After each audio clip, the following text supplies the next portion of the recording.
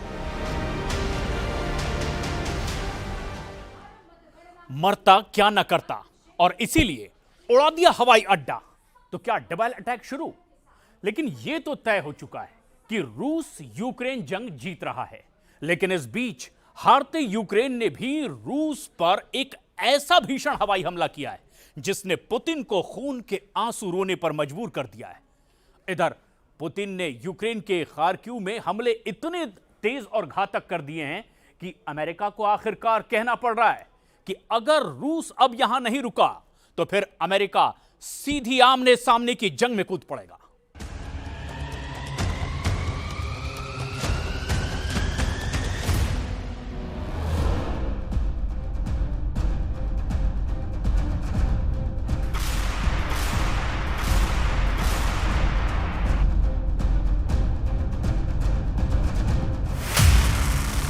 उड़ा दिया हवाई अड्डा, रूस का डबल बदला। अब तक यूक्रेन 5 बड़े इलाके रूस से हार चुका है। अब तक यूक्रेन के 1,19,000 वर्ग किलोमीटर इलाके को रूसी सेना रौंद कर कब्जा कर चुकी है। हालांकि हारता यूक्रेन रूस से जंग जीतने के लिए पूरा जोर लगा रहा है। अमेरिका और नाटो से मिली लंबी दूरी की घातक मिसाइलों से यूक्रेनी सेना क्राइमिया में रूस से बदला लेने की कोशिश में है। दावा किया जा रहा है कि रूस की बेहतरीन एयरफोर्स को तबाह करने के लिए यूक्रेन ने लंबी दूरी की मिसाइलों का इस्तेमाल किया है। पश्चिमी मीडिया के दावों के मुताबिक यूक्रेन ने अमेरिका से मिली लंबी दूरी की मिसाइलें इस्तेमाल की हैं, जिन्हें अटैकम्स कहा जाता है। दावा किया गया है कि रूस के कब्जे में मौजूद क्राइमिया के बेलबेक एयरबेस पर यूक्रेन ने मिसाइलों से हमला किया है। दावा किया गया है कि यूक्रेन के इस हवाई हमले में रूस के मिग-31 फाइटर जेट तबाह हुए हैं, जबकि सू-27 को भी यूक्रेनी मिसाइल ने लड़ाकू हवाई अड्डे पर तबाह किया है। रूस के बेलबेक एयरबेस पर मौजूद मिग-29 के तबाह होने का भी दावा किया जा रहा है। खबर तो ये भी है कि यूक्रेन के इस हवाई हमले में बेलबेक एयरबेस पर मौजूद ईंधन भंडार भी तबाह कर दिए गए हैं। Сьогодні день дав нам більше можливостей. Перше, головком Олександр Сирський, він доповів про ситуацію в районах бойових дій. Донеччина, Харківщина, там, де зараз найважче. Він перебуває якраз в ключових місцях боїв, працює. रूस पर यूक्रेन का यह हवाई हमला बहुत बड़ा माना जा रहा है, क्योंकि साल 2014 से ही क्राइमिया रूस के कब्जे में है और यूक्रेन क्राइमिया से रूस का कब्जा हटाने के लिए एड़ी चोटी का जोर लगा रहा है। जरा देखिए रूस को क्राइमिया में मौजूद अपने लड़ाकू हवाई अड्डे पर कितना नुकसान हुआ है। यूक्रेन के दावों के मुताबिक रूस के 3 जेट मार गिराए हैं। अमेरिकी satellite imaging company black sky और अंतरिक्ष प्रौद्योगिकी फर्म मैक्सार के द्वारा ली गई तस्वीरों के मुताबिक क्राइमिया के सेवेस्तोपोल के बंदरगाह में बेलबेक एयरबेस पर 3 रूसी जेट तबाह हुए हैं। तस्वीरों में बेलबेक के मुख्य फ्लाइट लाइन पर 2 जेट विमानों को जलते हुए देखा जा सकता है। दावा किया गया रूस के 2 मिग-31 जेट और 1 सू-27 मिसाइल हमले में मारे गए हैं। दावों के मुताबिक यूक्रेन के इस हमले में अमेरिका से मिली MGM-140 अटैकम्स मिसाइल का इस्तेमाल किया है। हालांकि रूस का दावा है कि उसने 10 से ज्यादा यूक्रेन की MGM-140 अटैकम्स को आसमान में ही तबाह कर दिया है। आधा यूक्रेन जीता, पूरा यूक्रेन बाकी है।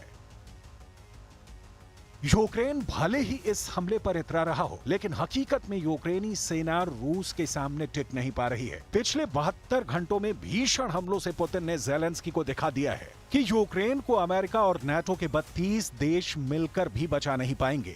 पिछले 72 घंटे में रूसी सेना ने दिखा दिया है कि वो अमेरिका के एयर डिफेंस सिस्टम, मिसाइल और रॉकेटों को कैसे तबाह कर सकता है। रूस यूक्रेन पर अब निर्णायक जीत की तरफ बढ़ चुका है। पिछले 800 से ज्यादा दिनों से चल रही रूस यूक्रेन जंग का नतीजा अगर एक लाइन में पूछा जाए क्या रहा, तो साफ कहा जा सकता है कि यूक्रेन कागजों में जीत रहा है और रूस जमीन पर।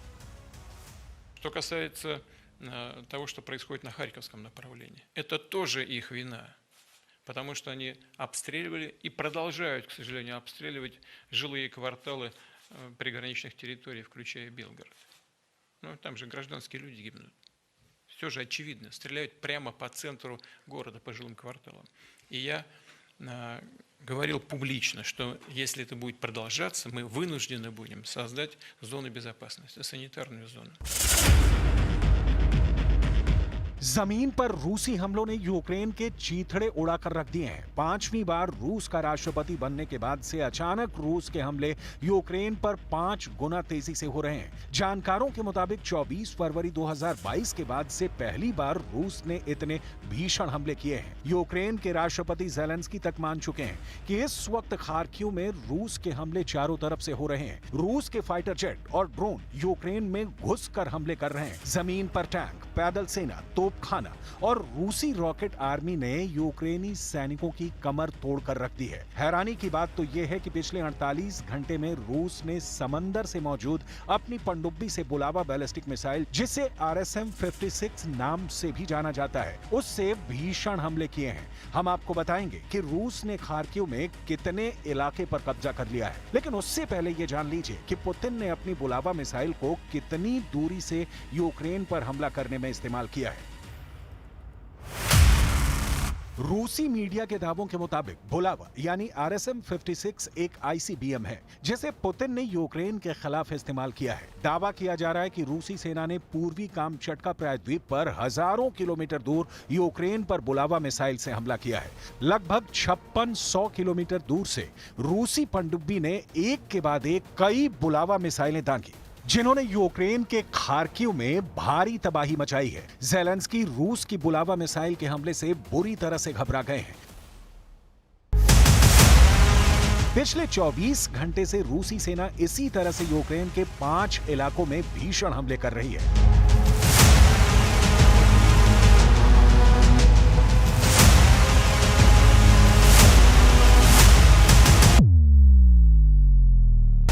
हालात ये हो गए हैं कि यूक्रेन के Donetsk, Kherson, Kharkiv, Sumy, Donbas इलाके में रूसी सेना ने जमीन और आसमान से ताबड़तोड़ हमले शुरू कर दिए हैं। आग बरसाते रॉकेट, कोहराम मचाते तोप के गोले। खार्किव में धड़धड़ाते रूसी टैंक ने यूक्रेनी सेना के चीथड़े उड़ा दिए हैं। ये तस्वीरें साफ दिखा रही हैं कि रूस कितने भीषण हमले पिछले 24 घंटे से यूक्रेन के 5 इलाकों में कर रहा है। जरा इस वीडियो को भी देखिए। रूस के भीषण हमले के बाद तबाह खार्किव के रिहायशी इलाके रूसी आग में जल रहे हैं। हालात ये है कि यहाँ यूक्रेन के लोग तेजी से इलाके खाली कर रहे हैं। इस वक्त यूक्रेनी सेना जंग लड़ने से ज्यादा अपने लोगों को बचाने में जुटी है। बसें भर भर कर लोगों को रूसी हमलों से बचाया जा रहा है। Я оглохла. Мы же заберем его оттуда. Вместе с вами. Я лежала на диване, якраз надо мною. Особливо ці 2 дня, так і день і ніч, страшно, що робиться. Хай Бог милує її країну. Лежиш і думаєш, чи вб'ють час, чи через час. रूस के लिए यूक्रेन का युद्ध वजूद का युद्ध बन चुका है। युद्ध तीसरे साल में प्रवेश कर चुका है। रूस को बहुत बड़ी संख्या में अपने सैनिकों को खोना पड़ा है, लेकिन उसके बावजूद निडर, जिद्दी और दमदार पुतिन ने न सिर्फ देश के आर्थिक हालातों को संभाला, बल्कि अमेरिका और नेटो के अरबों डॉलर के हथियारों की बखिया उधेड़ कर रख दी है। और साथ ही रूस के स्पेशल मिलिट्री ऑपरेशन से यूक्रेन को वो नुकसान पहुंचा दिया है जिसकी अमेरिका और नेटो ने कल्पना तक नहीं की थी। इस बीच यूक्रेन ने खार्किव फ्रंट लाइन के कमांडर को भी बदल दिया है। यूक्रेनी सशस्त्र बलों के commander in chief colonel general Oleksandr Syrskyi ने क्षेत्र में स्थिति को मुश्किल बताया है। यह भी माना जा रहा है कि आने वाले समय में ये लड़ाई कोई निर्णायक मोड़ ले सकती है। इधर यूक्रेन के लुकियान्स्की और वोवोचैनस्क के कुछ इलाकों में रूस के हमले से बचने और यूक्रेनी सैनिकों की जान बचाने की कोशिशें हो रही हैं। यहां तक कि अमेरिका भी रूस के ताजा भीषण हमलों से सन्न रह गया है। अमेरिका के विदेश मंत्री एंटनी ब्लिंकन ने यूक्रेन को भरोसा दिलाया है कि यूक्रेन का साथ अमेरिका नहीं छोड़ेगा। Putin is ramping up yet another offensive against Ukraine in Kharkiv and across the east, sending wave after wave of Russian soldiers, Iranian drones, North Korean artillery, and tanks, missiles, and fighter jets built with machines and parts supplied by China. अब आप ये भी जान लीजिए कि रूस ने Ukraine में कहां-कहां पूरी तरह से कब्जा कर लिया है। एक मीडिया रिपोर्ट में कई यूक्रेनी पत्रकारों का हवाला देते हुए बताया गया कि बोरिसिविका, ओहेडसेव, पिलना और स्ट्रीलेचा के गांवों को शुक्रवार को 10 मई के दिन रूसी सैनिकों ने कब्जा लिया था। रूस ने यह भी दावा किया कि उसने प्लेटेनिविका पर भी कब्जा किया है। कुल मिलाकर यूक्रेन ने भले ही क्राइमिया में रूस के लड़ाकू हवाई अड्डे को भारी नुकसान पहुंचाया हो, लेकिन ये भी हकीकत है कि रूस के तूफानी हमलों ने यूक्रेन के वजूद पर बहुत बड़ा खतरा खड़ा कर दिया है।